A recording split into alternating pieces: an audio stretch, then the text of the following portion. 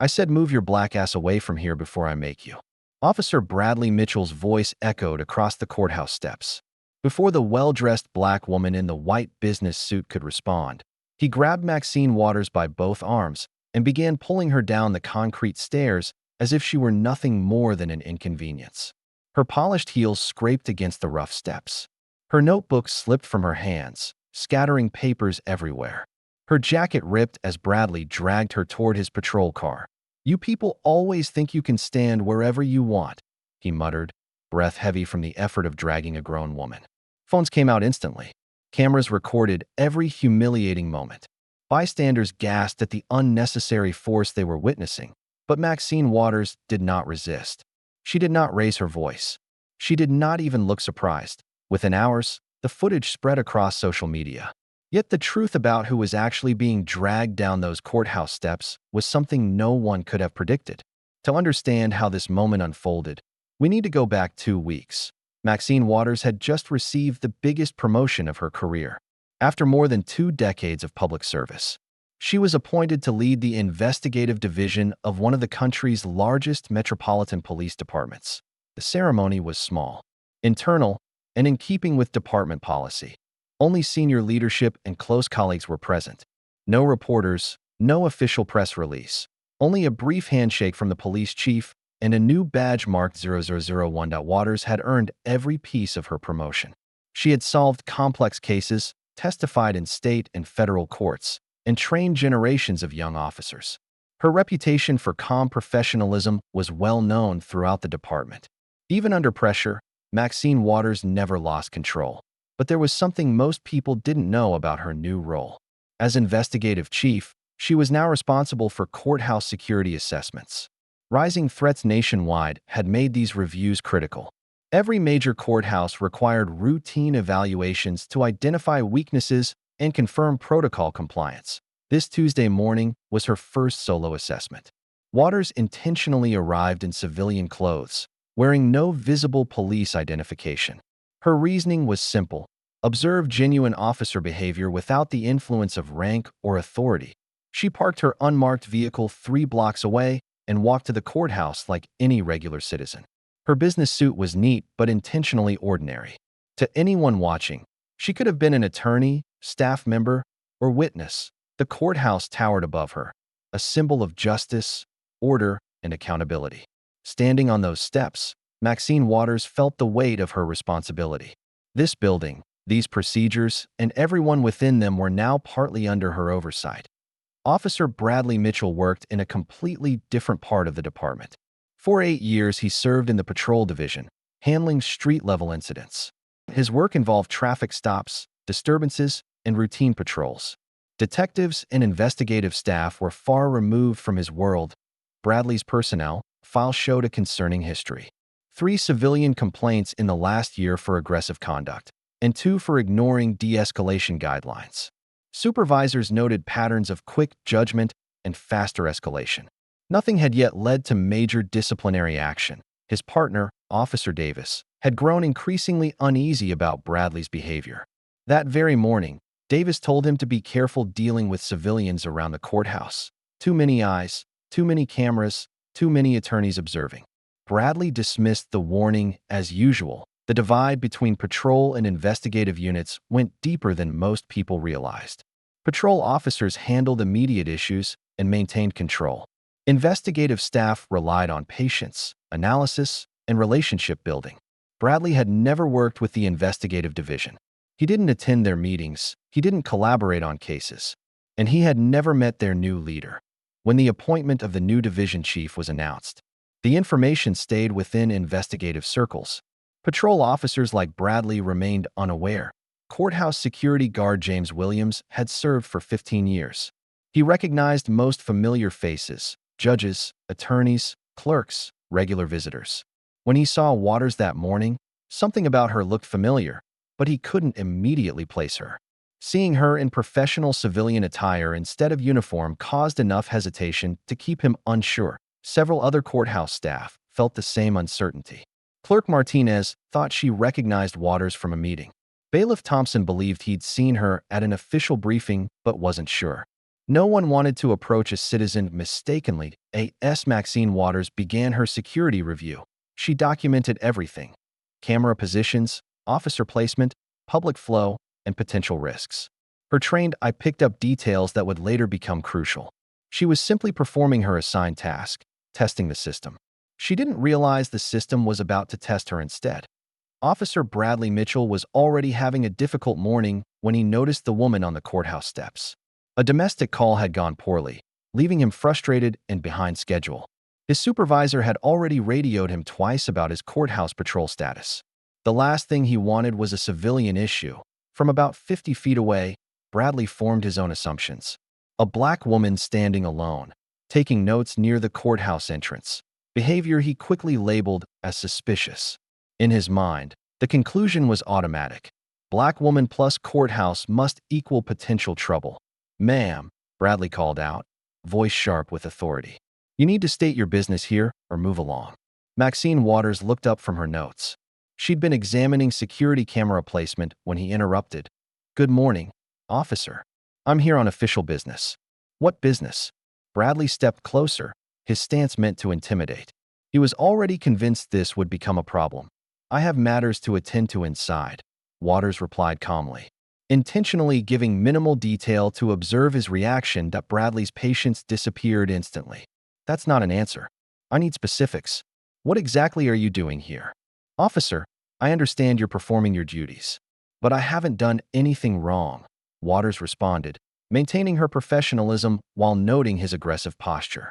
This was exactly the type of interaction her assessment was meant to evaluate. "Don't tell me how to do my job," Bradley snapped. "I've been watching you for 10 minutes. You've been lurking around like you're checking the place out." His claim was false. He had only noticed her seconds earlier. Accuracy wasn't his concern. Officer Davis approached, sensing the tension. "Bradley, maybe we should stay back." "Davis, I've got it handled." Bradley interrupted without breaking eye contact. "Now, ma'am, I need to see some identification." Waters reached into her purse and handed him her driver's license. She purposely chose not to reveal her police credentials to continue her assessment. "Here you go, officer." Bradley examined the ID with exaggerated suspicion. "Maxine Waters? Says you live across town. What brings you all the way out to this courthouse?" "As I said, I have business here." "What kind of business?" Bradley's voice grew louder, attracting attention. "You a lawyer? Some kind of legal aid? Or are you one of those activists trying to stir up trouble?" The racist assumption lingered heavily in the air. Maxine Waters felt the familiar sting of prejudice, but she also recognized its value for her assessment. Bradley was displaying exactly the type of biased policing she needed to document. "Officer, I'm simply a citizen handling my lawful business," Waters responded calmly. "Citizen," Bradley repeated with mocking disbelief. "Right. Look, lady, whatever game you're playing, I'm not interested. You've been standing here acting suspicious, and now you're avoiding basic questions." Officer Davis stepped forward again. "Bradley, she isn't breaking any laws." "Maybe we should.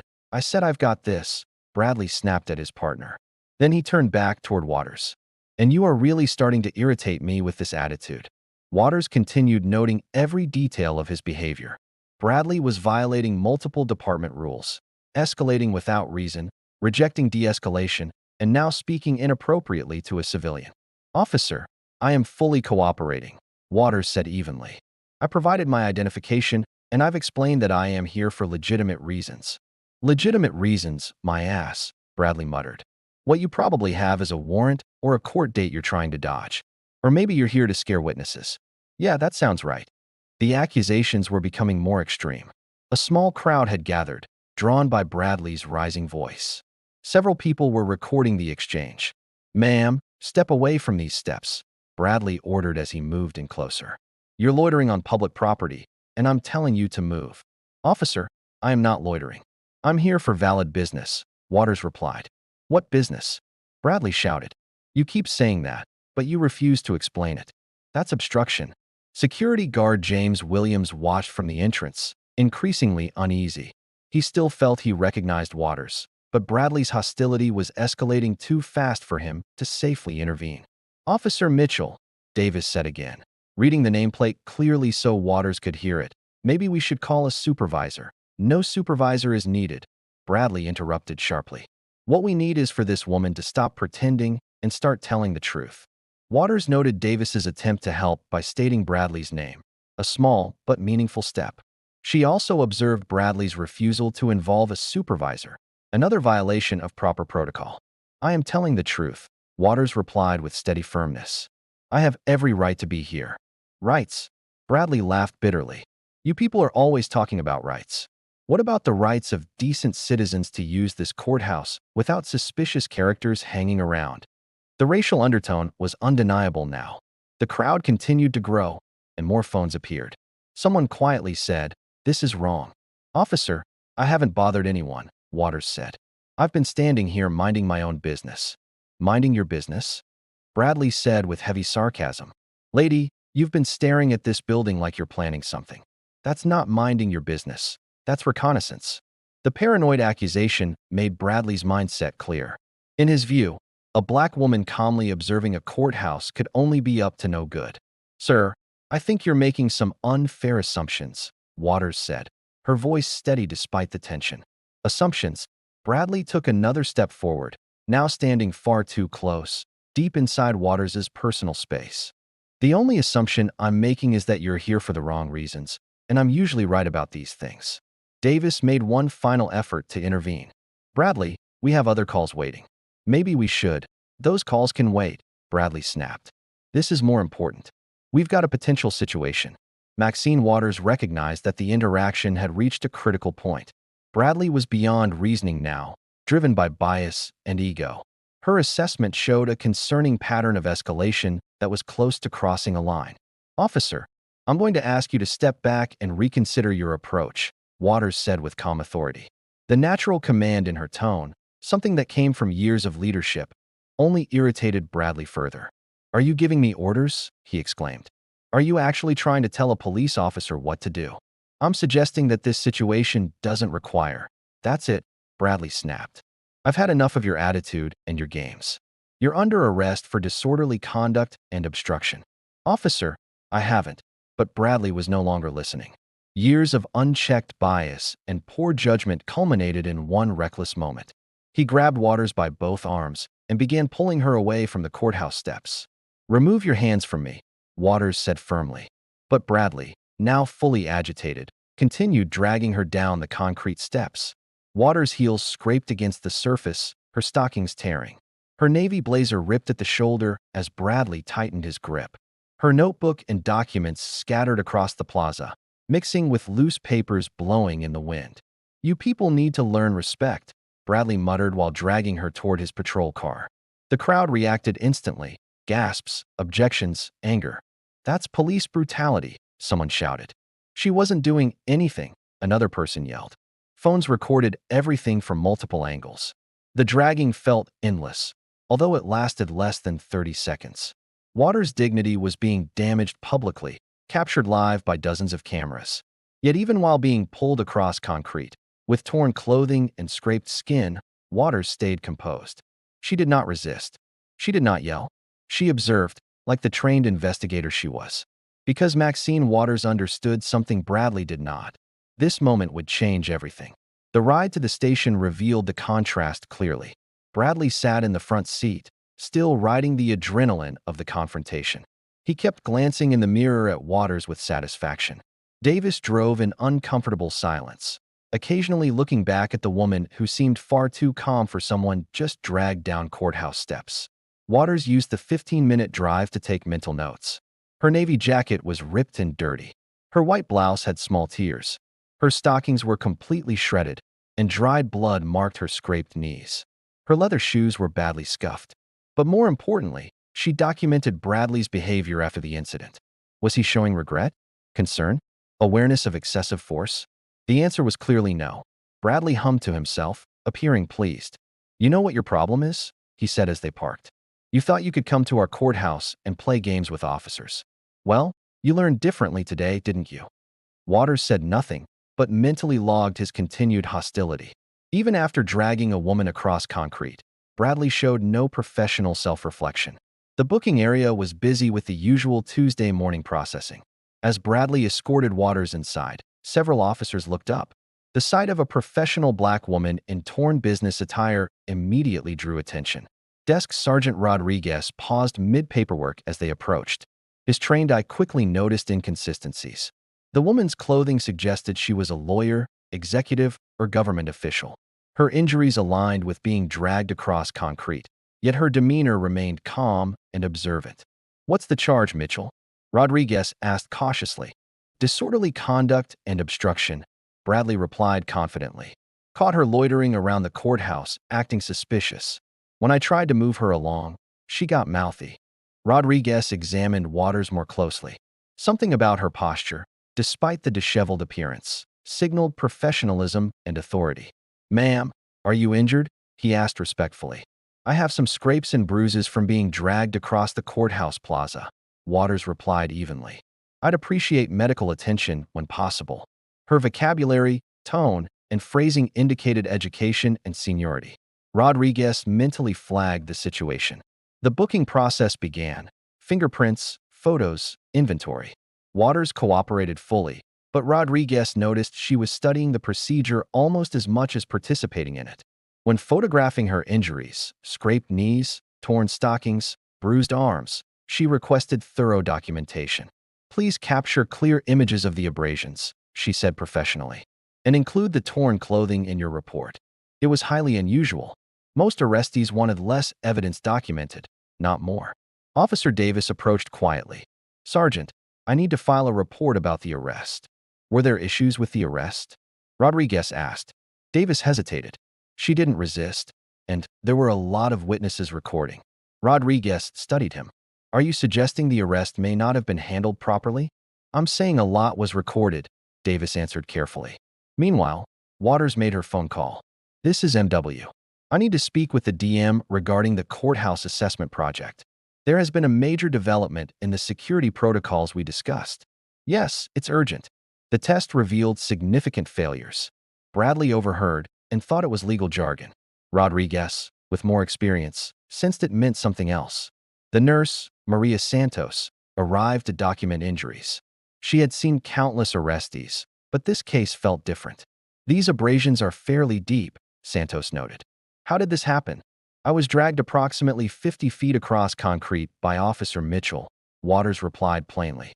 "From the courthouse steps to his patrol vehicle." Santos photographed each injury carefully: scraped knees, pressure marks on the arms, torn skin on the palms. The evidence was substantial. Waters was taken to a holding cell as the fingerprint system began its standard search. The process usually took 15 to 20 minutes, but a system delay extended it to nearly an hour. During that time, the pieces started coming together. Rodriguez kept thinking about her demeanor. Davis kept thinking about the witnesses. Santos kept thinking about the injuries, clear signs of excessive force. But Lieutenant Thompson provided the first clear clue something was very wrong. He entered for another case and glanced at the booking photos on Rodriguez's desk. "Who's the woman in the torn suit?" "Mitchell brought her in for disorderly conduct," Rodriguez replied. Thompson looked closely. "She looks familiar." "What's her name?" "Maxine Waters." Thompson's face went pale. He recognized the name instantly. But from where? The fingerprint system answered for him. A loud alert blared. "Police personnel match. Immediate supervisor notification required." Rodriguez clicked the alert. His heart sank. Waters, Maxine Marie. Badge number 001. Rank, Chief Detective. Department, Metropolitan Police, Detective Division. Status, active. Promotion date, 14 days ago. Badge number 001. Reserved for the head of the Detective Division. "Oh my God," Rodriguez whispered. Lieutenant Thompson heard the fear in his voice. "What's wrong, Sergeant?" "Sir, you need to see this immediately," Rodriguez said, his voice barely steady. Thompson walked over and stared at the computer screen, the color draining from his face. "Are you telling me that the woman in the holding cell, the one who was dragged across the courthouse plaza, is Chief Detective Maxine Waters?" Thompson's mind raced. Now he understood why the name sounded familiar. 2 weeks earlier, at the promotion ceremony, Chief Detective Maxine Waters, the first woman ever to hold that position in the department. And now she was sitting in a holding cell with torn clothing and scraped knees because Officer Mitchell had dragged her across concrete. "Get Captain Williams on the phone immediately," Thompson ordered. Rodriguez's hands shook as he dialed. This wasn't just a mistake. This was a career-ending disaster that would reach national news.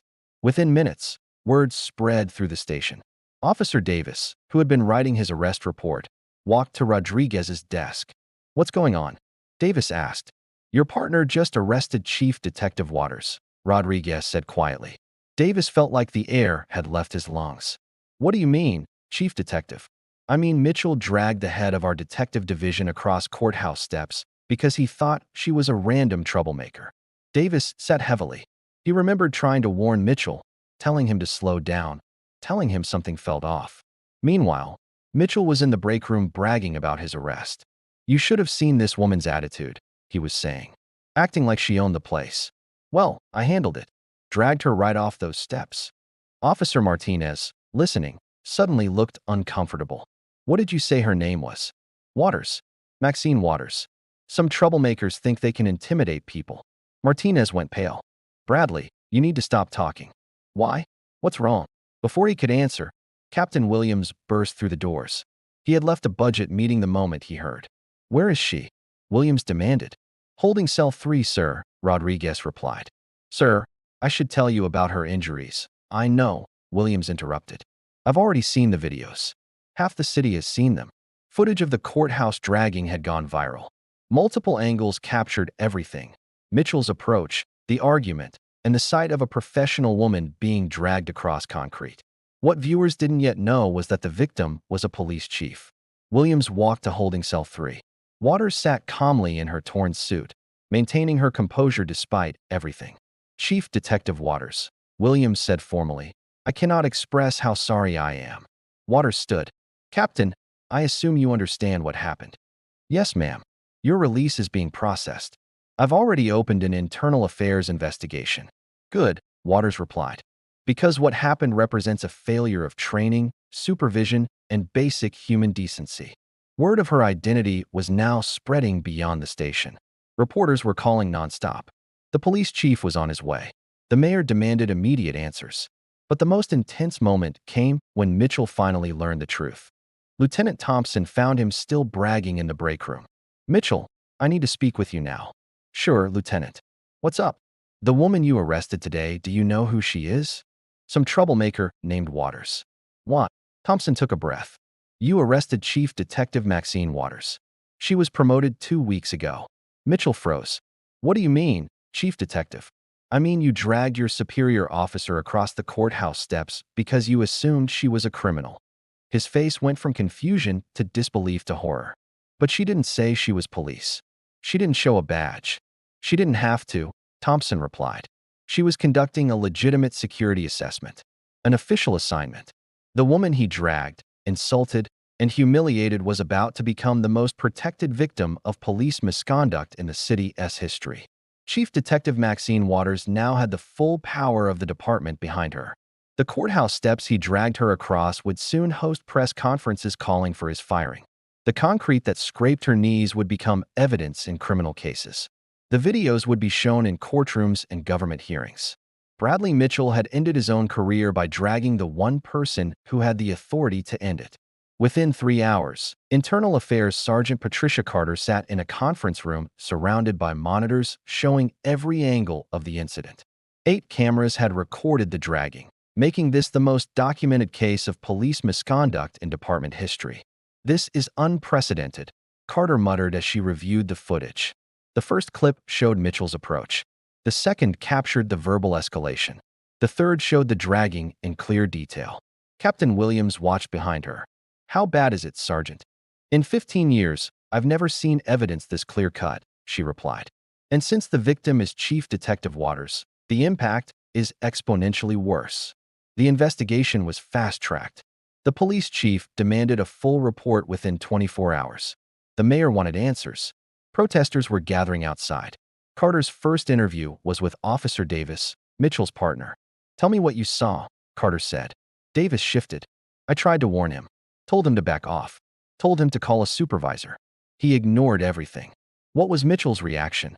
"He got angry when I questioned him." Chin took notes. "Did you recognize Chief Waters at any point?" "No, ma'am. But something felt wrong. She acted too calm, too professional." When did the dragging begin? When she challenged his assumptions. Her tone seemed to anger him. After that, he snapped. Next was security guard James Williams. She looked familiar, he said. I'd seen her at official events, but in regular clothes I didn't realize who she was. Why didn't you intervene? His body language was aggressive. I hesitated. I regret it. Carter compared his statement to the footage. It matched. The most important interview was with Chief Detective Waters herself. She entered with steadiness, now wearing a spare uniform, but still bandaged from the dragging. Chief Detective, we want this investigation to be thorough, Carter said. I expect to be treated like any other victim, Waters replied. Walk me through the morning, Carter requested. Waters gave a clear, precise account. She had been conducting a security assessment. What was your impression of Officer Mitchell? He violated multiple protocols. He escalated without reason, ignored attempts at de-escalation, used inappropriate language, and then used unnecessary force. Tell me about the grabbing. Mitchell took me by both arms and dragged me down the steps. I couldn't maintain my footing in heels. The concrete scraped my knees and tore my suit. It was painful and professionally humiliating. Did you consider revealing your identity? Briefly, but his behavior proved exactly what my assessment was designed to uncover. The physical evidence was equally damaging. Medical reports documented abrasions. Photos were taken of her torn suit and damaged shoes. Video evidence captured Mitchell's harsh comments. Enhanced audio revealed bias in his tone. Frame by frame, Waters remained calm while Mitchell escalated. Use of force expert Dr. Michael Santos wrote, Officer Mitchell's actions were a textbook example of excessive force. The community reaction was immediate. Protests grew. Civil rights leaders demanded federal oversight. Local and national news ran the footage. The hashtag Courthouse dragging trended nationwide. Mitchell made things worse in his internal affairs interview. I don't care who she was, he said. She gave me attitude. I did what I had to do. Carter played back his recorded comments from the scene, comments loaded with bias. Attorney Torres tried to defend Mitchell, claiming he didn't know Waters was a police chief. Carter replied calmly, her identity is irrelevant. You don't drag a cooperative civilian across concrete for not answering fast enough. The investigation expanded. Supervisors were questioned. System failures were exposed. Communication gaps were uncovered. The promotion of Chief Detective Waters had not been widely communicated to patrol staff, contributing to the disaster. Carter's findings were undeniable. Mitchell had assaulted a superior officer, violated department policies, escalated without reason, and created a public relations crisis. The dragging of Chief Detective Maxine Waters became a symbol of deeper policing problems. A week later, the disciplinary hearing took place. Protesters stood outside with signs, Justice for Chief Waters, End Police Brutality. Inside, Mitchell faced the consequences. His career was effectively finished. The hearing opened with, this session will determine disciplinary action for Officer Bradley Mitchell. He is charged with excessive force, conduct unbecoming, and assault on a fellow officer. Carter played the courthouse videos, every angle, every detail. A professional woman being pulled across concrete by an officer who had completely lost control. Bradley's union representative attempted to defend him. Officer Mitchell reacted to what he believed was a suspicious person, Torres argued. He had no idea he was dealing with Chief Investigator Maxine Waters. Police Chief Robert Harrison responded immediately.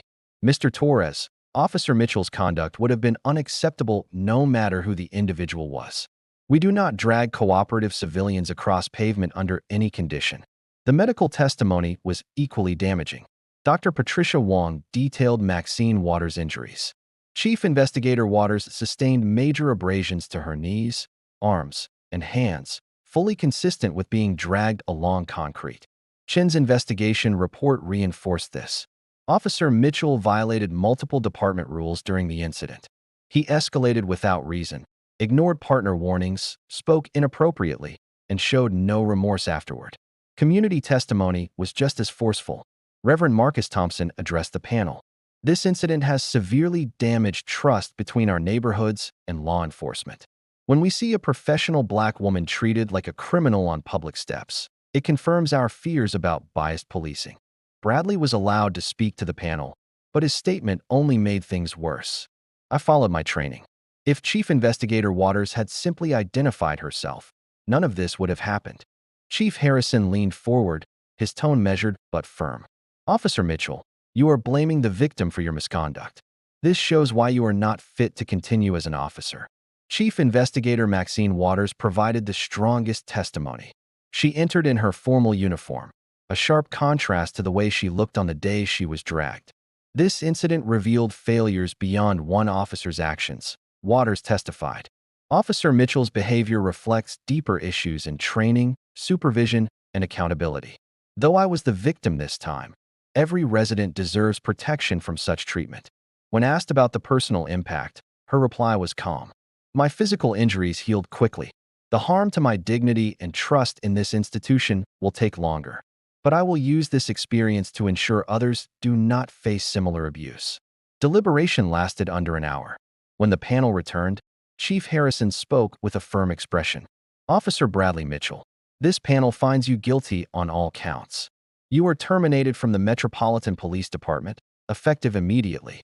Your badge and weapon will be collected following this hearing. He added, this case will also be submitted to the district attorney for criminal charges. The evidence supports prosecution for assault. Applause filled the hearing room. Outside, protesters celebrated the decision. The officer who dragged Chief Investigator Maxine Waters across courthouse steps would never serve in uniform again. Within 48 hours, the district attorney announced charges. The evidence is overwhelming, DA Patricia Martinez said. Officer Mitchell will face prosecution for assault. Badge or no badge, no one is exempt from the law. Community leaders supported the decision. Civil rights organizations praised the accountability but emphasized the need for continued reform. This is justice for Chief Investigator Waters, said NAACP President David Johnson. But it must also be the start of widespread change. The most impactful moment came with Chief Harrison's final statement. The department will enact comprehensive reforms in training, communication, and accountability. Chief Investigator Maxine Waters will lead this reform effort. The symbolism was powerful. The woman who was dragged down courthouse steps was now leading the mission to rebuild the department's standards. Bradley's conviction 6 months later formally ended the criminal case. But the deeper transformation was already underway, driven by the same woman whose dignity he tried to damage. 6 months after the incident, Chief Investigator Maxine Waters stood at a podium in the courthouse where everything began. This time, she wasn't being pulled away. She was introducing the city's largest police reform package. The day I was dragged down these steps, I experienced what too many residents face, she said. That moment didn't break me. It gave me purpose. The reforms were detailed. New de-escalation requirements centered on recognizing bias, mandatory body cameras with automatic activation, a civilian oversight board with full investigative authority, a new principle called Dignity First Policing.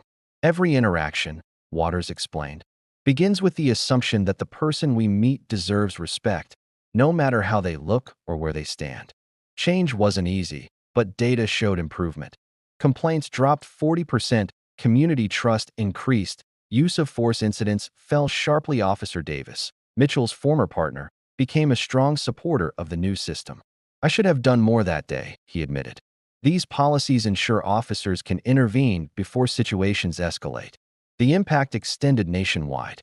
Departments across the country examined the reforms. Congressional hearings referenced the case. National police academies used it as a lesson in what must never happen again. Bradley Mitchell's conviction resulted in an 18-month prison sentence, one of the rare times an officer served jail time for on-duty misconduct. Justice was served, Waters reflected. But real progress comes from changing institutions, not just individuals.